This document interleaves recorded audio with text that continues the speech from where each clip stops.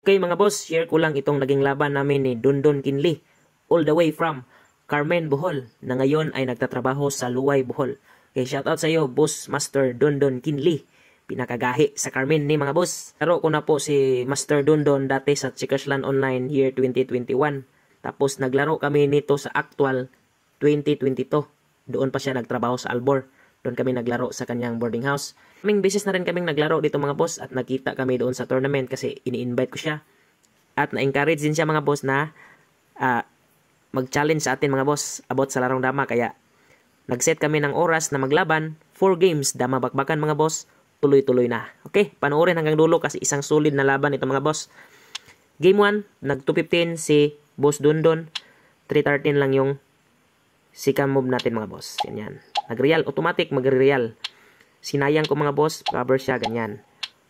Tapos 115, nagpakain mga boss. 5-1, 7-2 siya, 116, 115, 16-13 lang ako, 12-7.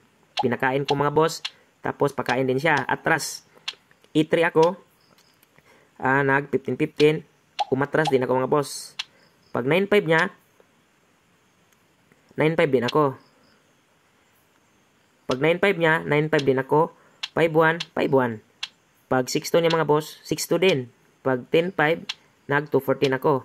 Nag 12-7 siya, nag 12-7 din ako. Nagpakain mga boss, ganyan. Tapos, 11-6, yan. Pag 5-1 niya mga boss, umatras lang ako. Tapos, nag 7-3. Sinayang ko mga boss, nag 3-14. Kain ako, tapos atras siya. Nag 7-2 ako. Nag 11-6 siya, dito ako sa 13-16 mga boss. Kasi may plano ako kapag nag-sacrifice siya sa 14-15 tapos dinalawa niya, so matatalo siya. So nakita niya yon mga boss. Nag 10-5, sinayang ko, sumabay lang dito si Boss Dondon. Yan. So automatic draw yung game 1 mga boss. Game 2 naman mga boss, pero bago ang lahat, gusto kong i-shoutout yung mga damador sa Carmen, Bohol. Lalong-lalo na sa pinakapuging dama vlogger dyan. Walang iba, idol ko. Si Boss Roger Bulawan, aka Dama Zone TV. Siya talaga yung isa sa mga inspirasyon natin mga boss na mag-vlog din sa larong dama. Dati pa, siya yung pinakaunang vlogger na nakita ko, dama vlogger na nakita ko sa YouTube. Shoutout sa iyo, Boss Roger Bulawan, at maraming salamat sa solid mong suporta. Mahilig talaga itong mag-comment mga boss, lalo na sa YouTube. Kahit wala na tayong mga views doon sa YouTube, pero nanonood pa rin siya. Sa Facebook, pinapanood din niya. Kaya dito na lang tayo sa active ngayon sa Facebook mga boss. Shoutout din kina Crispo, Lusing, Marex, Camilo, Uyo, Nelson Molina. Yan, magaling din yan. Class A yan si Nelson. At sa kanilang bagong champion dyan sa Carmen, Bohol, si Marcos Cabral, alias Marcos Cabs. Magaling yan. Okay, game 2 mga boss. Nag 313 ako. 313 din siya. 7-3. 7-3 to 14. Dalawa mga boss. Kain ako. Tapos, nag 214 siya. 313 ako. Yan. Grabe yung style ni Boss Dondon. Na practical talaga. Yan. Sinipa niya. 5-1 ako. 9-5 siya. 9-5.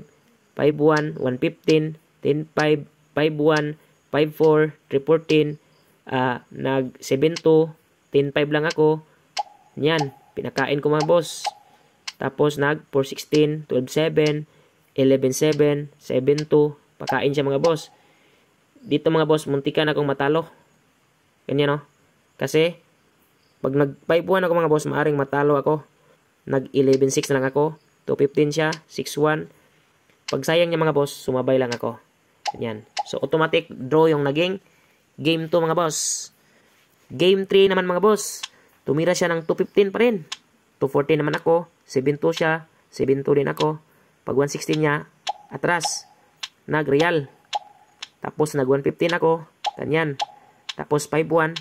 2-15. 1-16. Cover siya. Nag 7-3 ako. 5-1. Pinakain ko lang mga boss. Nag 9-5 siya. 3-13. 10-6. E3. Pag 12-7 niya, umatras ako mga boss. 1-15 siya. 9-5. 7-3. 5-1. Nag 6-1 siya kasi may lansi tayo. Sinayang ko sa 16-13. Hinayaan lang niya. Kain. Tapos nag 7-3 ako. Pag 1-16 niya mga boss, sinayang ko. Dito mga boss, mukhang Panalo sana si Boss Dindin dito mga boss kung nag-real siya, di ba? Kasi wala na akong ibang tira. Kapag nag-real siya, 11-6 ako, 3-13 siya, maaaring maipit ako. Pero ang ginawa ni Boss Dondon, sumabay. Kasi akala niya makakalamang siya mga boss. Gulat din ako mga boss, bakit hindi siya nag-real? Yan o. Buti na lang may 11-6 ako mga boss. So lugi ako ng isa. Ang ginawa niya mga boss, yan lang, pakain to 15. So draw pa rin yung game 3 mga boss. Grabe, solid talaga. Walang gustong magpatalo mga boss. Game 4 naman mga boss. Ito na. Win or loss, sino kaya ang mananalo? Nag 3-13 ako mga boss. 115 siya. 7-3. Nag 3-13. Hindi nag-real ha. Bagong tira ito ni Boss Dondon. Yan. Tapos nag 7-3 ako. 116. Ganyan. Tapos nag 3-13. Salo ako mga boss. Tapos nag 4-16 siya. Ganyan. Nag 16-13. 3-14. Pakain mga boss. Tapos nag 2-15 ako. Nagpakain ulit. So, kapag ganitong posisyon mga boss, ito talaga yung pinaka-effective na paraan mga boss para hindi ka maipit. Pakain mo yan. Yan talaga yung pinaka-effective para mag-agaw mo yung posisyon. Yan. So, dito mga boss, equal na. Kasi wala na yung positional advantage niya mga boss. Kasi pareha kaming makareal dito mga boss. 5-1. O, diba? So, same lang. Nakuha namin yung 14. So, equal position lang ito mga boss. 9-5, 5-4, 12-7 siya. 7-2 ako. Nag 7-2 din siya. Dito mga boss, wala naman akong magandang tira, kundi mag 115 lang. Pakain siya, ganyan. Tapos, pwede naman akong mag 15-15 dyan. Pero parang delikado, kaya 11-6 talaga yung tamang tira dyan. Nag 16-4 siya mga boss, tapos nag automatic 6-1 ako, walang iba.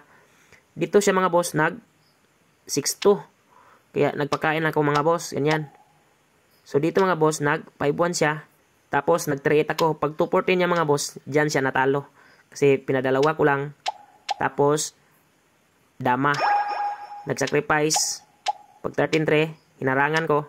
Pinakain na lang niya para hindi mababoy. Okay, grabe. Isang solid na laban talaga. Ang standing mga boss is 1-0 and 3 draws. Super galing talaga ni Boss Dondon Kinli.